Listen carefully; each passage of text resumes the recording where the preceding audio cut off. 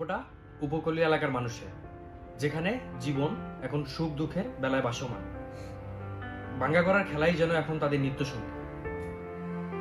প্রতি বর্ষা মৌসুমে নদীর স্রোত বেড়ে যাওয়ার সাথে সাথে নদীর তীরের বাঁধ ভেঙে গিয়ে বিস্তীর্ণ এলাকা প্লাবিত হওয়ার ঘটনা নতুন কিছু নয়।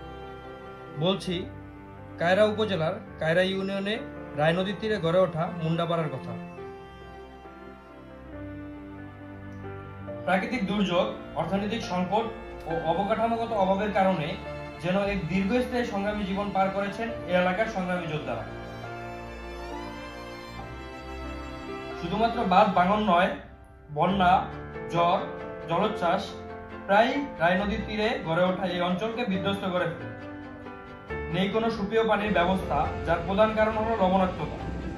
এছাড়া স্বাস্থ্যসেবা, যোগাযোগ ব্যবস্থা ও শিক্ষার সুবিধা থেকেও বঞ্চিত হচ্ছে এই এলাকার মানুষ।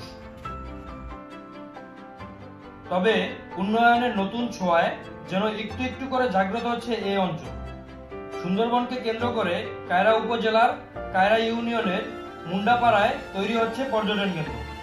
জাগ্রত হচ্ছে উন্নয়নের নতুন ধারা। অনিশ্চিত জীবন ও বাঁধ ভাঙনের কারণে প্রতিনিয়ত যুদ্ধ করে যাচ্ছে উপকূলীয় অঞ্চলের মানুষ। নতুন প্রজন্মের ভবিষ্যৎ পড়েছে অনিশ্চয়তায়, বঞ্চিত হচ্ছে সুযোগ সুবিধা থেকে। তবে পর্যটন কেন্দ্র গড়ে ওঠায় একটু একটু করে প্রাণ ফিরে পাচ্ছে এই অঞ্চল।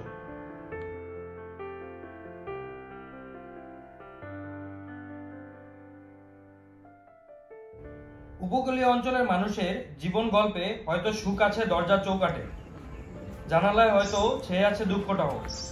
তবে এই সুখ দুঃখের সময়টাকে পাড়ি দেওয়ার জন্য প্রতিনিয়ত যুদ্ধ করে যাচ্ছে এই এলাকার মানুষেরা।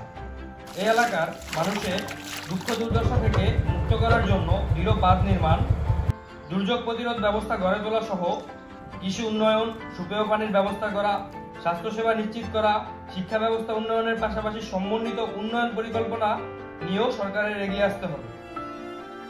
উন্নয়নের এই নতুন ধারায় পরিবর্তন কি আসলেই সম্ভব মুন্ডাপাড়ার মানুষের এই দুর্বিষহ জীবনযাপন?